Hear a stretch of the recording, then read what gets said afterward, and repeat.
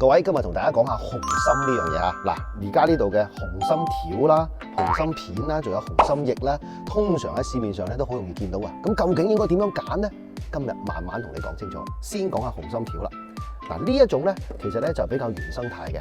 所有嘅紅參都係由人參經過一次嘅蒸，然之後烘乾先至會造成紅參嘅。嗱，好似呢啲咧，基本上咧就精細完咗之後就係咁樣嘅形狀啦。最大限度咁保留咗紅參原本嘅形態嘅。但係你攞嚟運輸儲存起身咧，佢比較牙掟。於是乎咧，就有人咧為咗把佢裝落一個盒度，壓咗佢，二次嘅再蒸晒之後，變成咗咁樣呢啲叫無壓嘅紅參條啦。咁紅參條嘅問題係乜嘢咧？你煲湯嘅時候或者食起身嘅時候好麻煩嘅喎，冇理由成條煲㗎，呢個量就太大啦。咁通常咧，我哋會做嘅咧就係將呢啲紅參條攞嚟切片，於是乎咧變成咗紅參片啦。其實咧，真正嘅紅參係好硬淨嘅喎，直接切片咧，往往你切唔到㗎。一係就去藥房幫手，一係咧你就要攞佢蒸半個鐘頭，蒸軟咗之後再嚟去切片。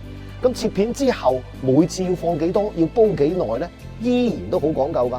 嗱，一般4口之家咧，大概放4片到5片左右煲湯咧就夠㗎啦。但係每一個人嘅吸收咧，可能你要飲3碗4碗啊，先至吸收到紅參入邊嘅營養。因為紅參條或者紅參片，佢都係一個比較大嘅分子，入邊嘅營養咧冇咁容易吸收。於是乎咧，就有商家開始做咗呢一種嘅紅參液啦。